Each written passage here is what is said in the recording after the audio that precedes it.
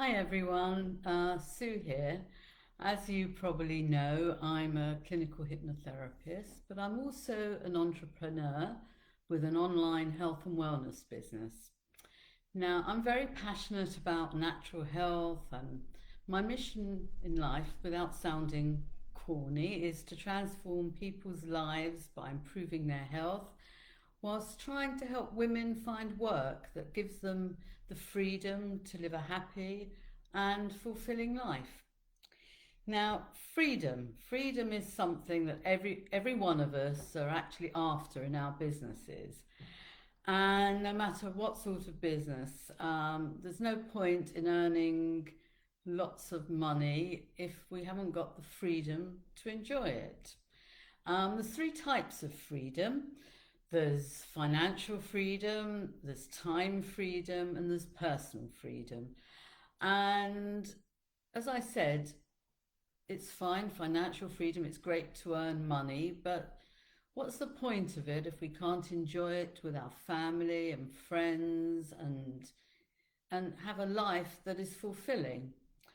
Um, if you don't have the personal freedom to allow yourself to actually feel happy and fulfilled about what you created in your life, um, then it really all makes it rather futile. There's no amount of money in the world that's ever going to make you feel any better unless if you get that personal freedom, which really comes down to mastering your own mind. We all think that things are going to be better once we finally make lots of money, but you know, what's the point if you hate your job or and the money and the success once we've all got the material things that we want? Um, what's the point if we haven't got, as I said, the time to enjoy that? Now, how do we manage this? How do we manage um, the overwhelm that we sometimes get in our businesses, which stops us from getting the freedom that we desire? Um, it usually comes from self doubts and negative beliefs. Now, personal freedom is definitely the secret to success. And if we don't, if we have to accept ourselves and feel good about ourselves, we have to understand that how our limiting beliefs influence us and hold us back. It's very difficult to see what limiting beliefs or negative beliefs that we have because it's very difficult to look inside ourselves and be objective because we're standing in the middle of them. But as I said, it all comes down to mastering our own mind, and you're never going to be free until you learn to do this. Okay, so what does this involve? It involves changing our negative beliefs. Beliefs are, in essence, just habits that have an automatic way of thinking about things in a particular way. And we hold on to certain thoughts over time, and it becomes, as I said, a negative belief or something that it is not going to help us in any way. They cause us to view and experience the world without thinking. Beliefs are, in effect, a story that we tell ourselves, and that story comes to define what we believe to be true and drives the behaviors that create our results. Now, where do our beliefs come from? Well, as I said, I'm a hypnotherapist and I deal a lot with this. And I can assure you, all our beliefs, most of them anyway, come from childhood or from things that we've been told by our peers in our um, maybe not in childhood, but a bit later on. It can come from parents, it can come from various different ways. Now, I've got a business coach who teaches us about something called the formula for transformation. And what he tells us that it's our beliefs create our thoughts, These create our feelings, which in turn create our actions and ultimately give us our results.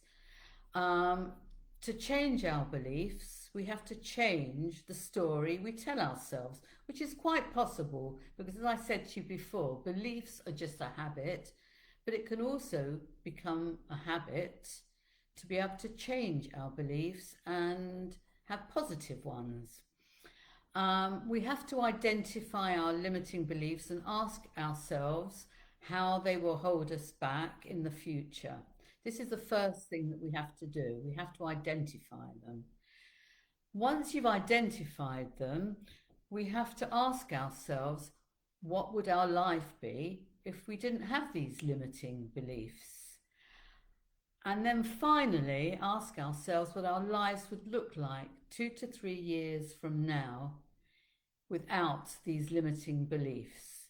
Now, this takes time and it takes effort, but I promise you it's worth it. As I said, most of us don't even identify that we have these limiting beliefs. And once you've identified them, which I suggest the best way to do this is to write them down, we will become far more successful in our business. As I said, we will get the freedom that we want in our business and become far better, happier people. What are successful people different to people with limiting beliefs? They choose to envisage a positive result for their future actions. They assign different meanings to the things that happen in their lives. So, this is exactly what we need to do. We need to change the way we think, the way that these negative beliefs are affecting us in our lives. And once we've done that, we will hopefully become successful, happy people with not only financial freedom, time freedom, but personal freedom. Now, I know this has all been a bit complicated, so if you'd got anything out of this and would like to know more, please leave me a comment below, or please feel free to private message me and I'll try my best to help you. Take care, enjoy the rest of your day, and I hope to speak to you again soon. Bye for now.